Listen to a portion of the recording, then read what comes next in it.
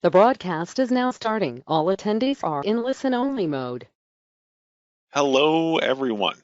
My name is John Briggs. I am the Client Implementation Manager here at Transfinder, and it is my pleasure to be able to present to you our presentation today.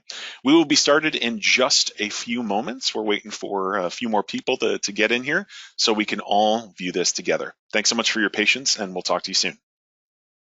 All right, hello everyone. We are going to go ahead and get started now. So John, you are good to go. Perfect. Thank you so much. Again, my name is John Briggs. I am the Client Implementation Manager here at Transfinder, and I'm going to be presenting today's webinar, which is Best Practices COVID-19, Navigating Uncharted Territory. A few pieces of housekeeping before we get started, and actually let me give you a little bit of insight. There I am. So you're going to hear my voice. We're not going to hear your voice, unfortunately, but that does not mean that we can't still communicate with one another. There is a questions panel where you can submit questions, and we have a handful of moderators from Transfinder that are ready to answer those questions as well. Some of them may be brought up during the webinar today too, so I can answer as well. We're also going to be deploying two different polls throughout today's session, one at the beginning and one at the end, so you can provide some feedback. There's also going to be a survey that will be sent to you to get your overall thoughts on today's presentation.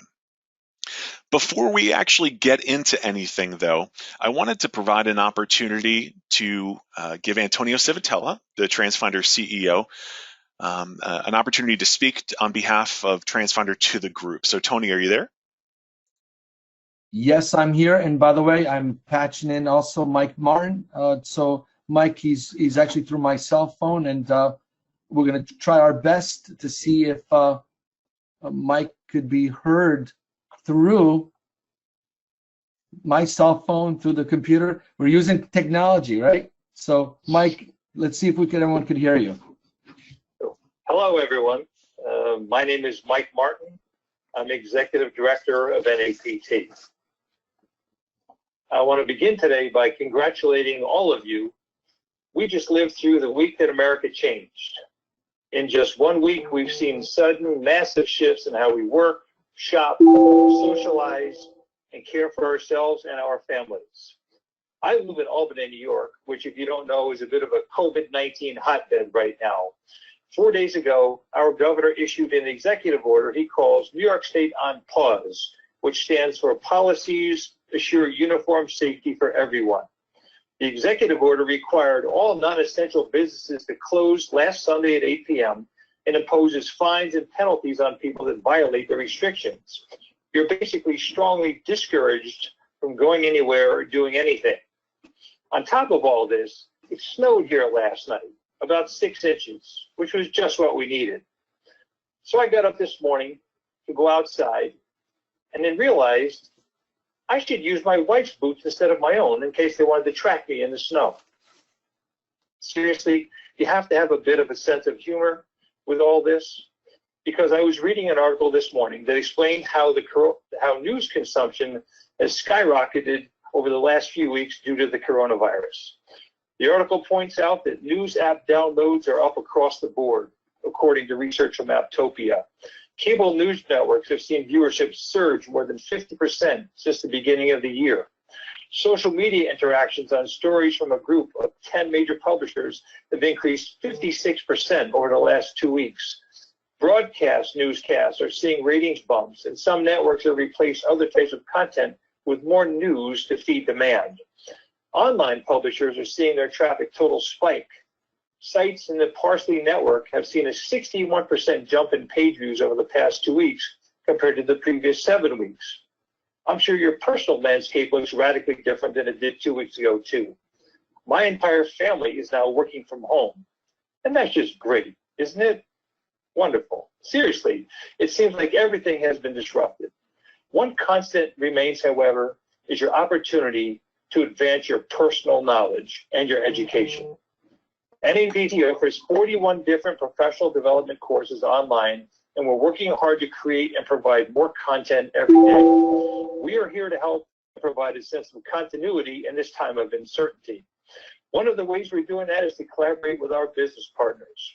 When Tony Civitella reached out to me last Sunday and said, what can I do to help? It was a godsend. Tony and his team are on the front lines of this challenge, and they're providing answers in real time to real people.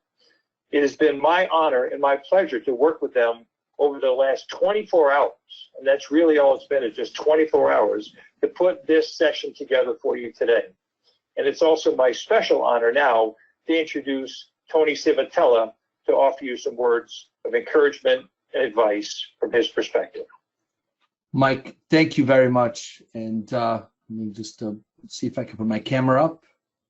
I think you guys, can you see me here? Great. We're also here at Transfinder. We're all working from home. We're doing our part, of course, and that's why I ask everyone to do their part. Again, Mike, thank you so much for really giving us the opportunity to present this. It's a big deal for us. We've been getting so many of our clients on really giving us their best practices. They're giving us how they're navigating through these uncharted territories, and we're so proud of being part of this community. And we know that you guys are one of the most dedicated people out there. You're out there and you're figuring things out, and clearly the dedication is fully on display. We see it everywhere on social media. We see you calling us and everything. So this is where we recognize that the stories are really coming from you. You are the front line. You're the ones who are actually telling us what's happening. And our thing was with Mike, and again, Mike, thank you so much, is like, hey, we're gathering tons of information. They're all giving us what they want. They want to share ideas.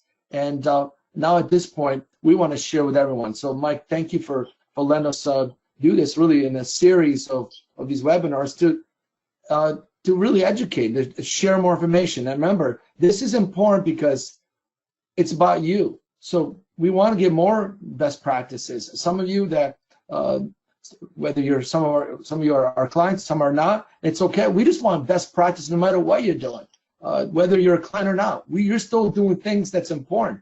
Please share that with us. And that's really across the country. You guys are the boots on the ground. So, we're here safe in our house. It's nice and warm. And I did like the snow because it felt so tranquil yesterday. It was pleasant. But we're right here. And you guys, big school, large school, small city, rurals, you guys have it all. So this is where we want to make sure that we get these stories. And I just want to share one story before I get to John Briggs, really, is that how we're hearing things such as even one of our clients is actually helping the first responders kids. So these first responders are extremely busy. There could be doctors, there could be firefighters, the police officers. Well, these kids can't be left home. So what they're doing is they're going out there transporting them, still be safe and having the distances appropriate, the social distance. They're going out there to bus them, to bring them to school, and feeding them, of course, and also educating them. So these are great stories, and these are all some of the tip of the iceberg, and we want to hear more from you. Of course, the stories are going to just keep coming alive, and again, all I want to say is let's all do our part, and that's what I want to say. Again, let's turn it over to John Briggs, and let's make this happen. Thank you. Thank you to Mike and NAPT. Tony, thank you so much for your words. Let's get started. Actually, before we even get into anything, one of my moderators, Julie Ader, has a poll question we're going to deploy to the group. We want to see how many of the folks in today's webinar are NAPT members. So Julie, if you wouldn't mind sending that off, that would be awesome. Give people a few moments to answer that question.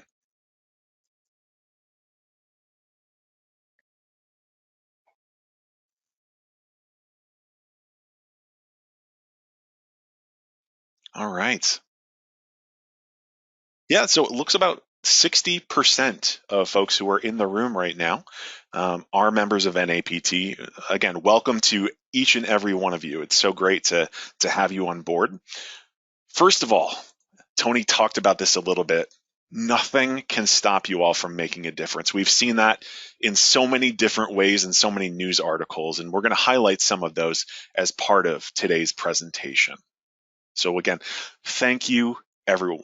You're helping students with their meals. You're helping students get their schooling materials so they can continue their studies. We're even hearing about medical devices and medical equipment being delivered. It's amazing and unbelievable. 3 weeks ago, who would have thought meal delivery would have been at the top of one of our priority lists? But here we are, and it's very clear that everyone has been adapting and pivoting to make this work. Can I just interrupt real quick? I don't think when I closed the poll, I didn't share the results. So let me go ahead and share those real quick, just so we can do that, and then we can go back to your slides. So just about what you said. So thanks. I'm going to go ahead and go back to the presentation. I'll let you go back to the presentation. Thank you. All right. Ideas. We are looking everywhere for ideas, and I'm sure you are as well. We have 30 plus years of experience in transportation here at Transfinder, but we're also engaged in conversations with our clients, with industry insiders all over the place. And some of the best ideas and some of the best feature requests we get are from those individuals. So today's going to be a combination of what we've seen and what our clients have told us as well. And we're going to say in this instance, experience is required in order to adequately navigate a situation like this, COVID-19. We need to get a lot of different insight and talk to people who've experienced a lot of different things. So again, hopefully the insight that we share with you today is going to help you in your operation. You're all superheroes to us. So again, thank you. Here is the agenda for today. We're going to talk about district communication, what this means for parents and guardians, what this means for your staff, what this means for the community as a whole. We're going to get into all of that and what are some of the best practices with district communication. We're going to talk about temporary goals and temporary challenges. Right now, what do we need to do?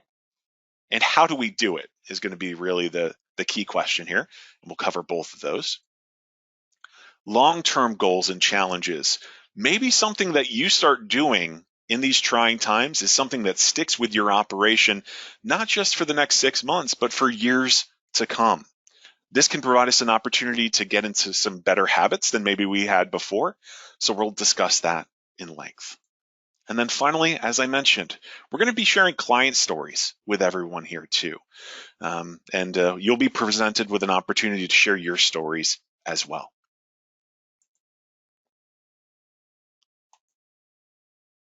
If there's one takeaway phrase with communication today, it is be frequent and be direct. There is no such thing now as over communication in these trying times. And again, this applies to parents and guardians. This applies to your staff, and this applies to the community. It's not time to beat around the bush. We need to let people know where we stand. And there are a couple different ways that we can do that. Let's talk about students and their parents or guardians. So they need to know a lot, and there needs to be outward communication coming from the school district. They're going to need to know specifics on meal or device delivery locations, times, and protocols. So something else to keep in mind here too, feedback. Not only is it important what we are telling parents and guardians, it's also important to hear back from them.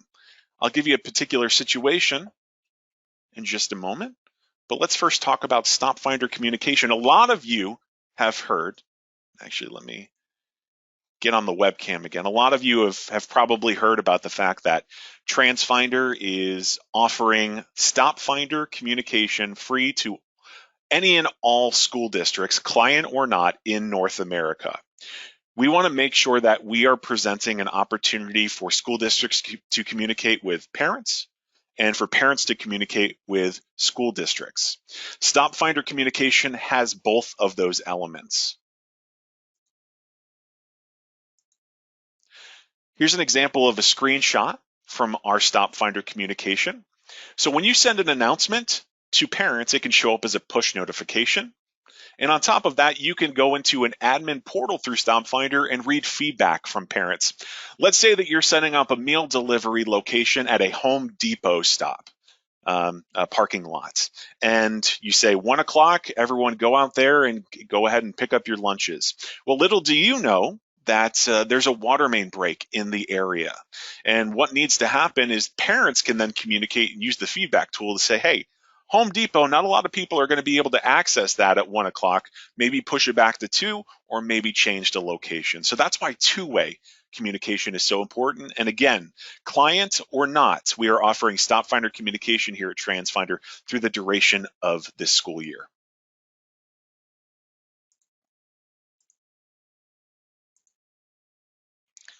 If you are interested in getting more information on that, you can go to freestopfinder@transfinder.com, or excuse me, you can send a message to freestopfinder@transfinder.com. We'll be able to get back to you and provide some additional details. And it's not just going to be StopFinder. Whatever method you use to directly contact parents and guardians, you're going to want to use it, and you're going to want to use it a lot. The idea of rediscovery is something we'll talk about a lot as well. You may have a system in place that you're not really using that right now, but it could be the perfect time to bring it back and to re-implement it. Let's talk about staff communication. The biggest thing we're hearing right now is people just need to know that their jobs are safe. And the biggest reason for that is because obviously they need to provide for themselves and their families. What we can tell you right now is what we're seeing is drivers are shifting from folks that are picking up and dropping off kids on a daily basis to coordinating meal deliveries and device deliveries, grouping up brown bags of lunches at schools and putting them on the bus so they're good to go. They're itemizing the different devices that are getting out to these students and to their families.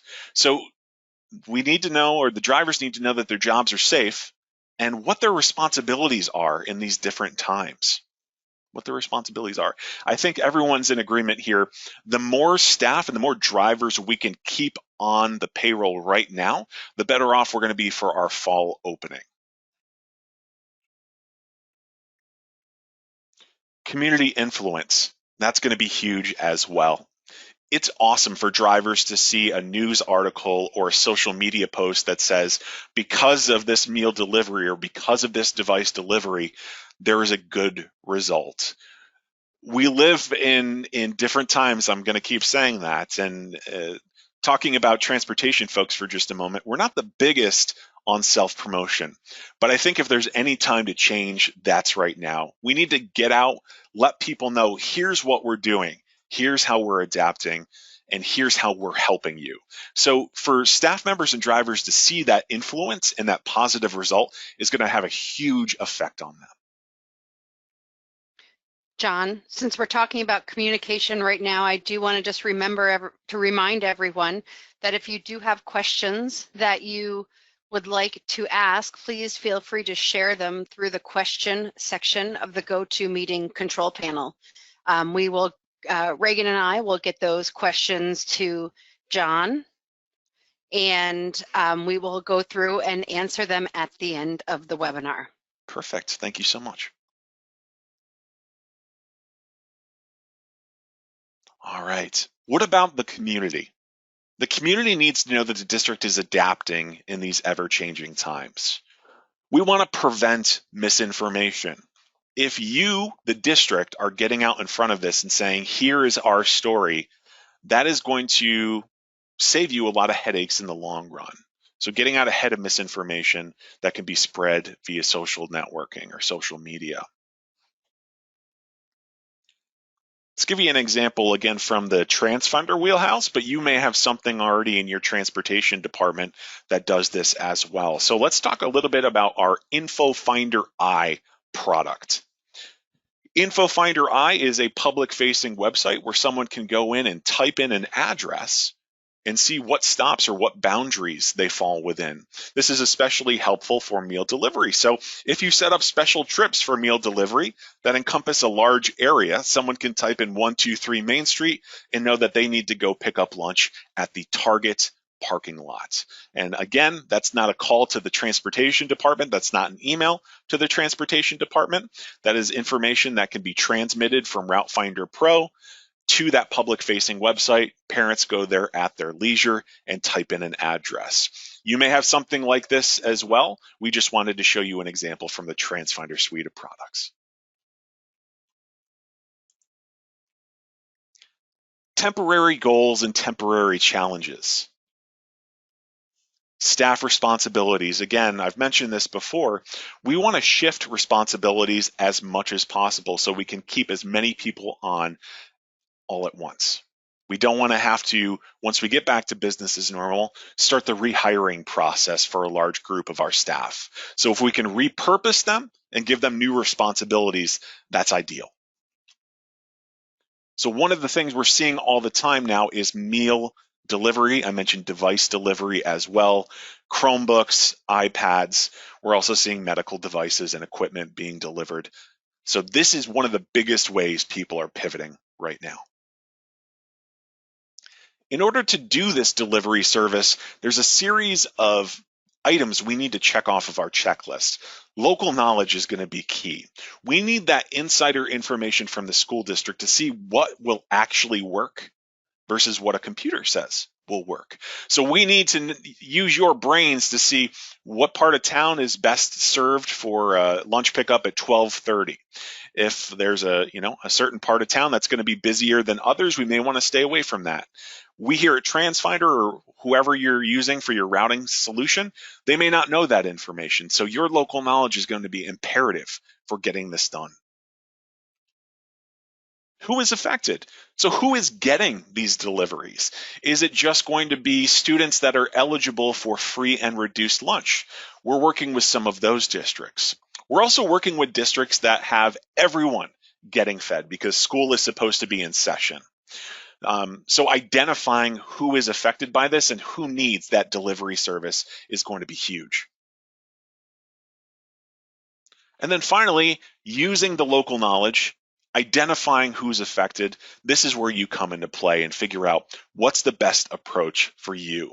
We're going to give you high-level overview on 3 of the most common solutions for meal or device delivery. And again, anytime you want to chime in, use that questions panel. Julie and Reagan will let me know, and I'll be happy to answer any questions you may have as we get further into this.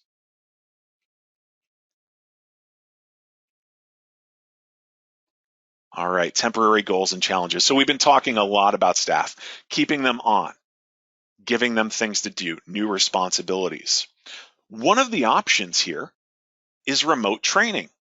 So maybe you can identify upcoming certification expirations and explore recertification options from state and federal authorities or organizations. I'd love to tell you today that we have all the answers and we know how these processes are going to change or adapt in these different times, but we don't. It certainly does not hurt, though, to contact state and federal agencies to get information and see if they are changing their ways. Again, kind of like rehiring. Last thing you want to deal with when it's back to business as normal is dealing with all these recertifications and drivers who can't actually get back out on the road. We don't want that to happen to you. So staying on top of that, remote training is a possibility. What's been put on the back burner? What have you always wanted to do with your staff but haven't had the opportunity to do? Maybe you wanted to create a new position or give someone new responsibilities, and this could tie into the remote training as well. And then what new roles need to be filled? We've talked about meal delivery. Someone needs to bag those lunches. Someone needs to get those lunches on the bus. Someone needs to get those buses out to the kids. Someone needs to hand out those lunches to the kids. We need to make sure we are delegating properly and everyone has a spot and everyone has a role.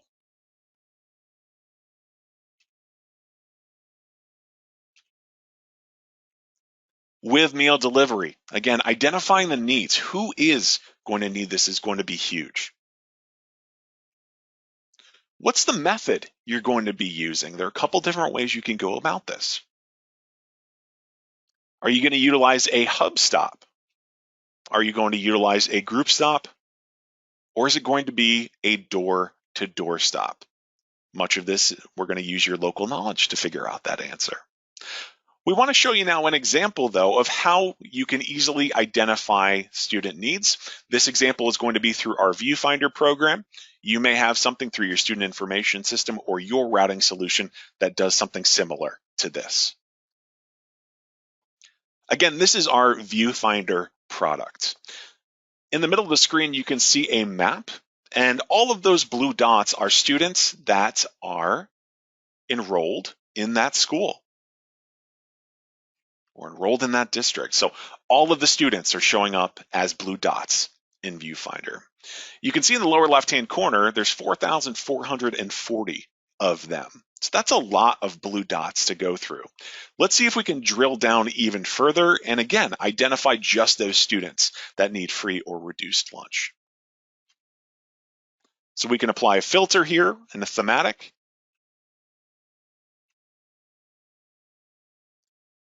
So we apply the thematic, the free and reduced lunch students are now showing as those flags. And you can see the blue dots went away. With the filter, we said we only want to see on the map the students that are eligible for free and reduced lunch. And take a look on the left-hand side. Remember, we started with 4,440 kids. Now you can see 319 qualify for that free and reduced lunch.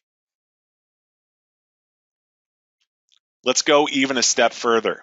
I mentioned an example earlier on. Let's say that there's a water main break that's affecting a specific part of town, and we really need to address that. So we can group up a bunch of these students like we're doing right here.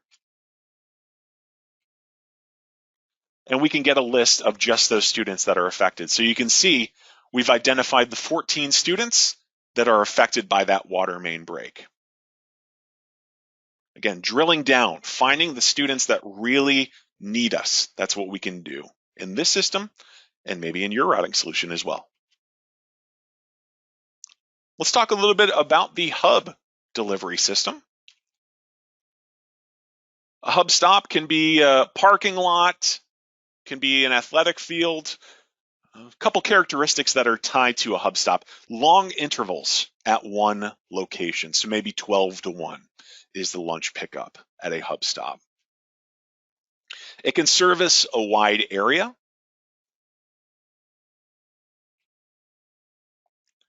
And anytime we're dealing with a long interval where people are gathering, and a lot of people could be gathering, we always need to keep in mind social distancing. A lot of the ways that our clients are handling this, or the industry insiders are handling this, grab and go or drive through. So, and people not even leaving their car, just going ahead and getting that lunch put into their car and getting on with the rest of the day. We want to make sure we're not getting those large groups together, and we're maintaining at least 6 foot of distance between everybody.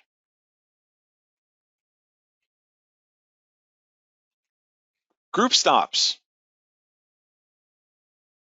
All right. On the right-hand side, you can see an image from our RouteFinder Pro program. You can see that there's a map and then there's a shaded red area. Let me give you a little bit of insight into what's going on here. Any students that fall within those boundaries would be eligible for the free and reduced lunch. So not just any students are showing on this image on the right-hand side. Again, because we filtered the list of students, these are only those that need free and reduced lunch. So you really know who you're affecting, where those stops are going to be as well. Group stop can be an amended bus route. So why reinvent the wheel? Why not use what you already have in place, which could be your routing system, again in RouteFinder Pro or your routing solution. You can take those trips, maybe put them together or move stops between the trips so they make more sense for the meal delivery system. The biggest advantage with going with group stops is they're already on your bus routes, so they are known safe locations. You know that there's sidewalks. You know that the cars aren't going more than 25 miles an hour. You know that there's good visibility. So these are known safe stop locations. If you're creating brand new stops, these are things that you may have to scout out or double check. So this is a really quick and efficient way of getting together a meal delivery service. little bit smaller than the hub stop, so it services specific neighborhoods, so a smaller area than hubs. There's also going to be a little bit less time. So I gave the example of 12 to 1 at a hub stop. At these group stops, it may be 12 to 12:15 that they're there, where the students can come and get their meals. Again, we need to think about, how is this going to allow us to maintain social distancing? We can do the same thing where we limit the interaction and make sure we're not getting large groups of students together. Because we're doing neighborhoods and it's not so population dense, we don't have to worry about getting those huge groups together. So we're spacing it out a little bit more than we were for the hubs. And then finally, we have door-to-door. On the right-hand side is another image from our routing system, RouteFinder Pro. It may look like a routing solution that you have, or you may be a client with us. A couple things I wanted to point out to you. You can see we have some red crosses there. Those are all stops that service homes. A couple things to point out about them. They are all curbside and they are all safe. So there is a way that we can make sure that students don't have to cross the road to get this done. One of the downsides, though, to this is there's less time at each stop. So we had the hub from 12 to 1, we had the group stop from 12 to 12:15, and then we had this, which could be 12 to 12:05, where we have that smaller window where people are getting out there. But again, we can make sure that this is curbside. You just have to take into consideration the layout of your district, and do you have that additional time in those resources so you can accommodate for those door-to-door stops. The one advantage here is it does target specific students. So if you are servicing a special needs population, this may work best for you.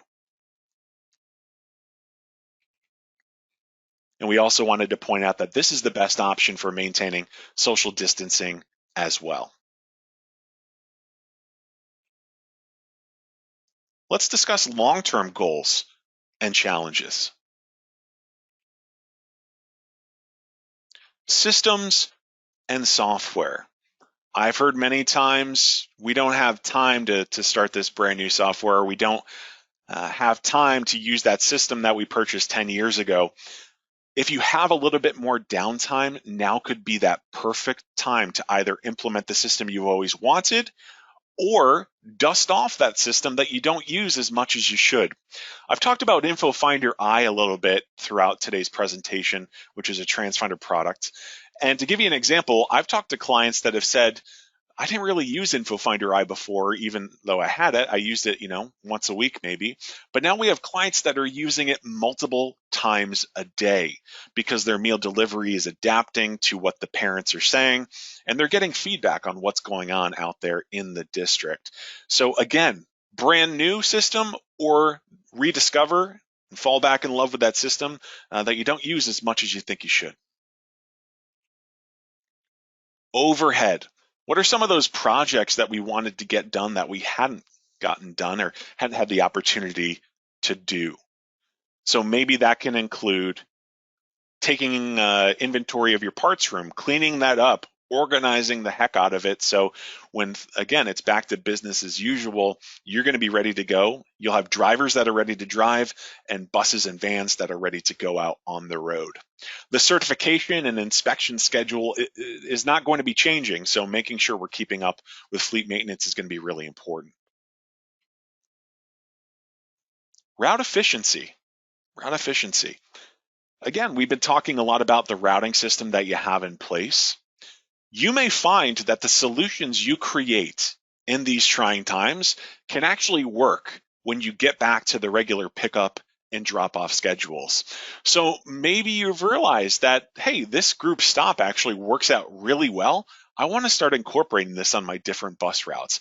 Or these 2 bus routes that we have can actually be done with 1 bus and 1 driver in the same amount of time we had before. So you may discover things about your routing and about things you can do with your routing you didn't have the opportunity to see before. So take advantage of that and see if you can get better. And then I touched on this a little bit, vehicle maintenance. Certifications, inspections, they're still going to happen. We want to make sure that the vehicles are ready to go out on the road when school is back in session.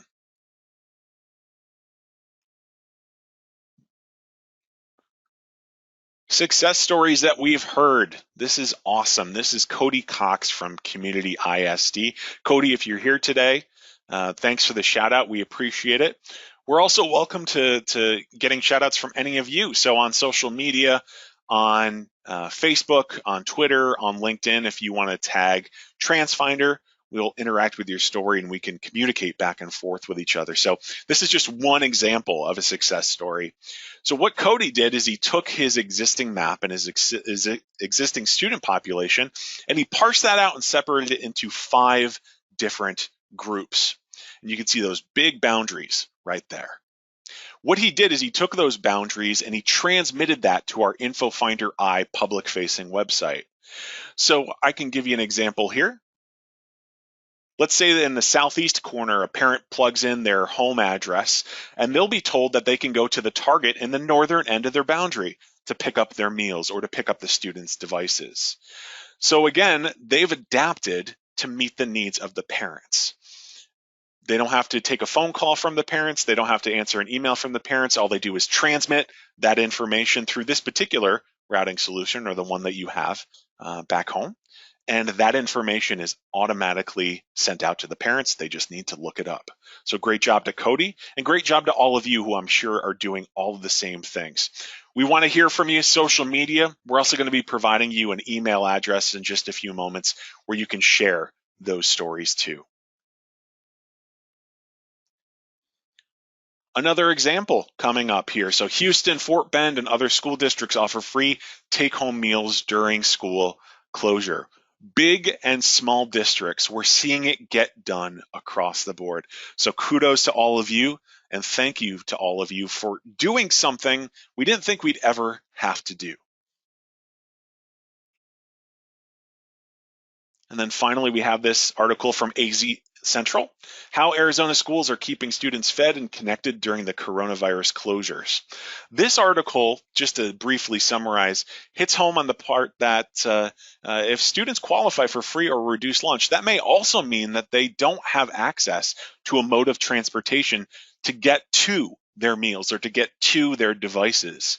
So this is where options like the door-to-door and setting up those safe curbside deliveries can come into play. So no matter what method you're doing this, hub, group, door-to-door, it's working, and let's keep doing it. Some more stories and acts of kindness that we wanted to share here. We can see a listing of these, and these are constantly going to be updated. If you can, head to the website transfinder.com when you have a moment, preferably outside of this webinar. You'll be anchored to a page all about COVID-19 and the success stories we're seeing. And again, you may see yourself on there if you're interacting with us on social media or sending us an email to the address I'll provide in just a moment. So do you have a story? I'm sure you do, and I'm sure you'll be able to share some of them with us even today. If you wanted to think on it, though, and get that story to us, we have a new email address dedicated just to this. So mystory@transfinder.com is where you can send this out to us. And again, you may see yourself on the webpage, and you may have some other districts celebrating your success. It's always better when we can celebrate together. At this time, I'm also going to ask Julie to deploy our second poll, which asks you, what's the biggest challenge you've seen thus far with the COVID-19 crisis? You'll be presented with a series of options, and we'll give you a few moments to answer that for us. Thanks, Julie.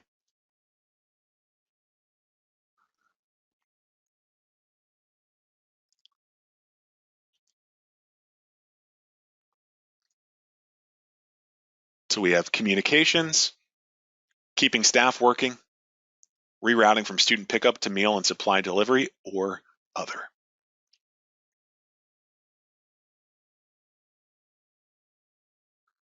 John, we're just about at 60% of the attendees who have voted, so we'll leave this poll up for another 30 seconds or so. I have some great questions that have been coming in through the question section of the control panel. Perfect. And I will be bringing those up in just a minute. And please, if you do have questions, please bring them up through, or type them into the control panel, the questions section. We will, if we can't get to every single one, we'll have someone reach out to you. The information, the contact information we got from your, when you registered for the webinar. So I'm actually going to give it about 15 more seconds. About 73% of the group has registered now. So let's just, let's wait another second. Sure. And other than question, you don't just need to send us a question. Stories are great too. I'm happy to share a story if you are doing, if there's something you are ready to share or proud of or think can help others, please share that as well. So let me go ahead and I'm going to close the poll and let's share, speaking of sharing, those poll results. All right, so we can see keeping staff working is far and above the hardest thing, most challenging thing we found in these times. Again, shifting responsibilities and getting them something to do in a little bit of this downtime is something we're seeing a lot and something that we're trying to adapt to and provide some insight on today. So thank you so much for that insight. Julie, questions that you wanted to share? Yes, so I'll start with one that kind of goes along with what that poll just mentioned. And it was funny, it was asked just about the time that you were talking about using the training for, using the time for training. And we had a district that was using all this time to get their trainings done. So specifically what you were talking about. We also are hearing that there are districts in New York who are taking their drivers' temperatures before they're beginning the meal delivery of routes. So not only getting the food out there, but ensuring that they are keeping that, not spreading anything that way.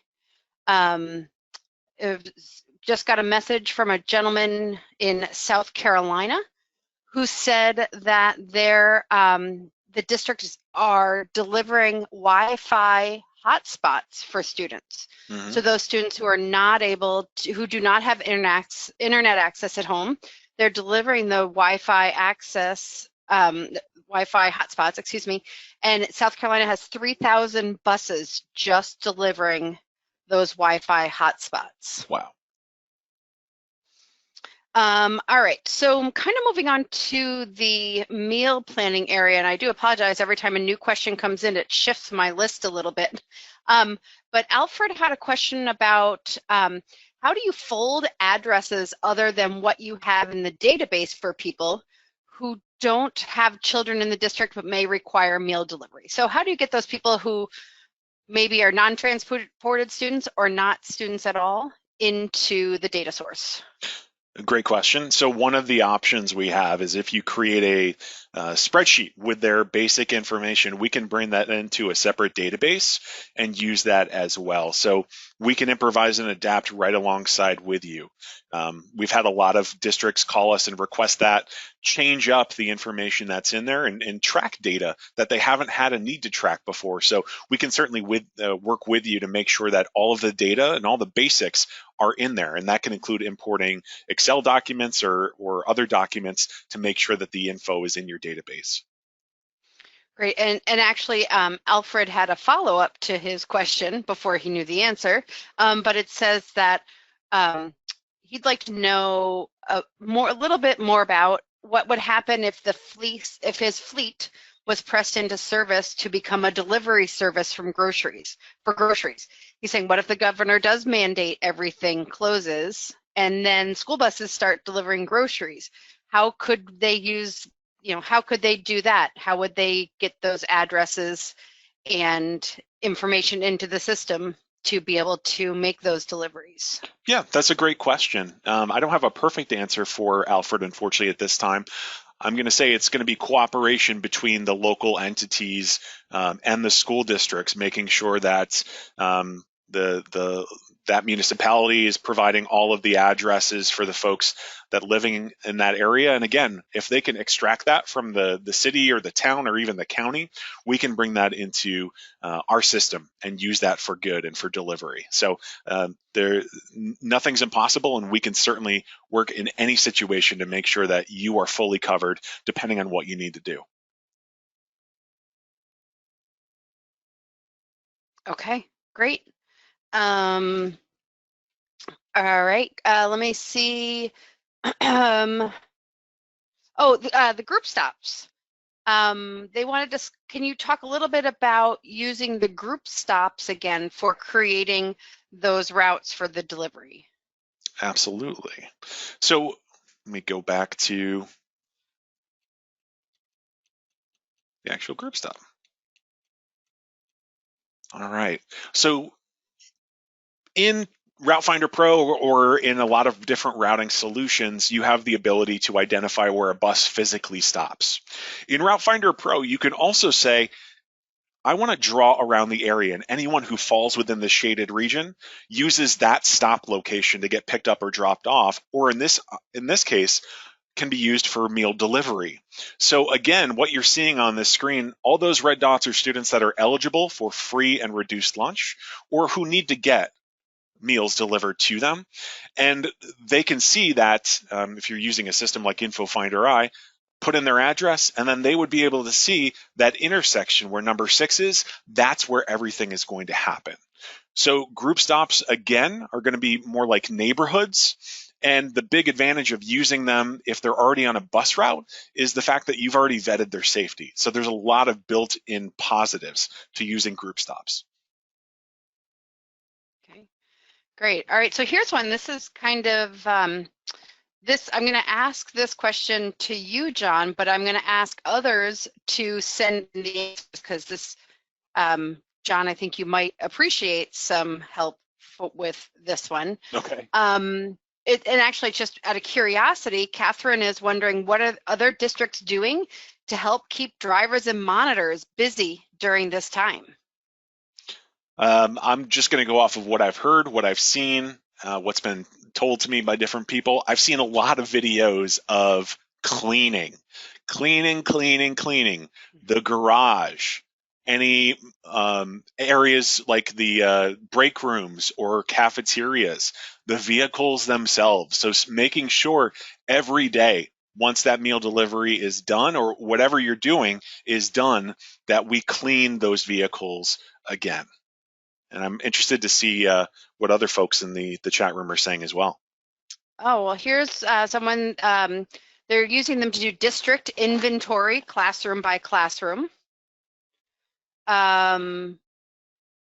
Lots of training, route training, not the staff maybe, but, or not the drivers maybe, but maybe doing some routing efficiency work while they're in the office and not distracted by those other things. Let's see, rotation for food delivery and getting the food prepared. Mm-hmm. Oh, that's great. So we have cooking. Yeah.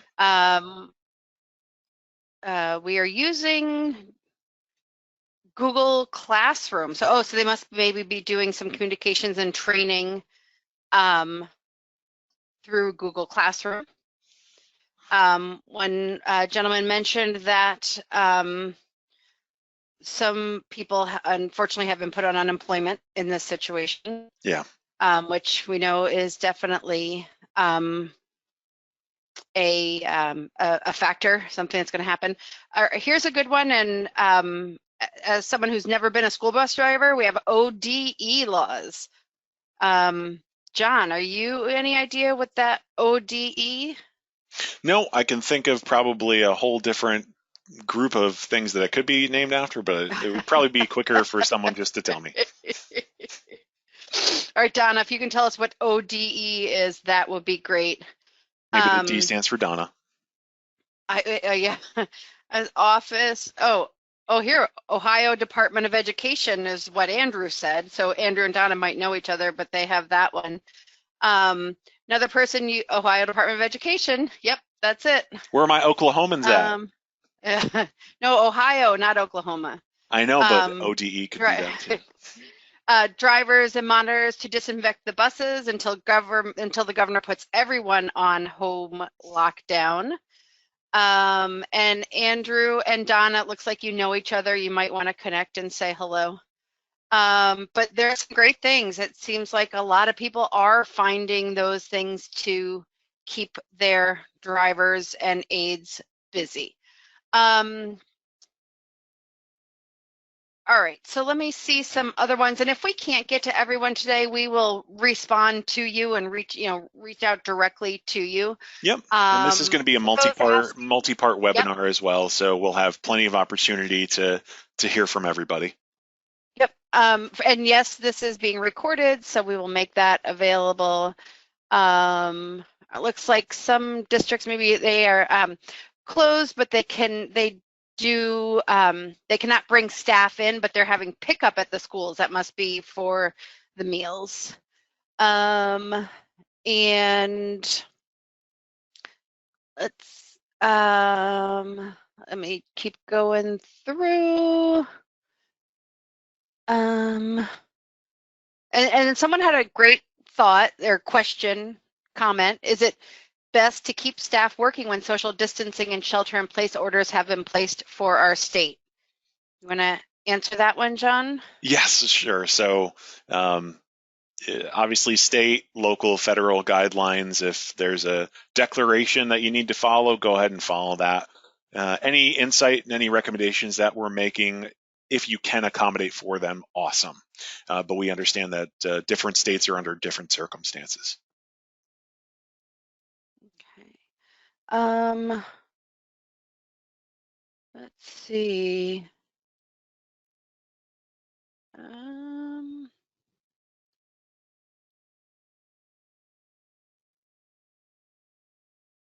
Okay. Yeah, someone else mentioned there for the delivery routes, they're having 2 people on each one, 2 or 3. So you have one person driving and then a couple going along to help deliver the lunches. So that's another way to utilize your staff while you can. Perfect.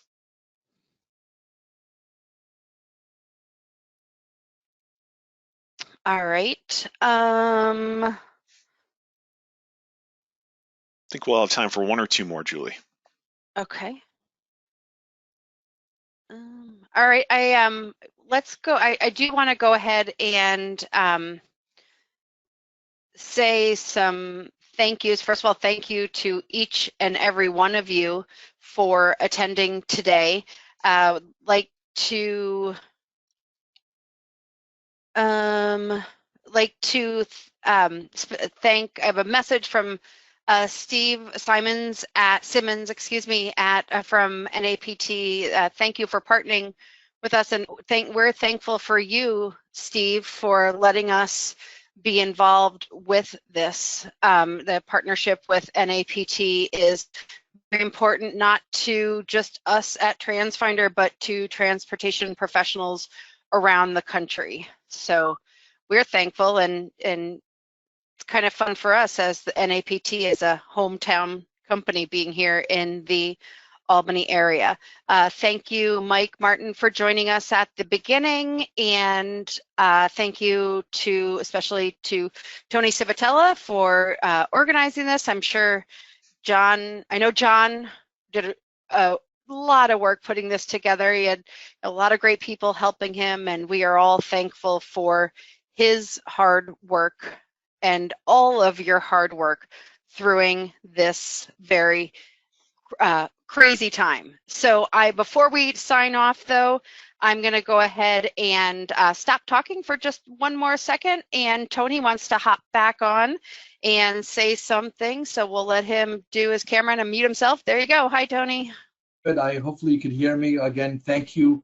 We got tons of ideas and questions. Of course, look for more emails coming to you for the next session. Again, I want to thank the Transfinder team, how fast they were able to put this content together. We're all been moving fast in our feet, and I know this whole industry is doing that. Of course, we're really going the day to day. We really can't say what's going to happen 3 weeks from now. We really, you know, we hope we could just be ahead of it. That's really what we're trying to do. So again, I want to thank everyone for taking time today to, and again, we're looking for your ideas, and please use all the different ways to share and communicate with the community, because they're all looking to us for this kind of information, of course. So again, thank you. Look for some more of emails coming from us, and really from NAPT for you know, in the invitation, of course. So again, thank you so much. Take care.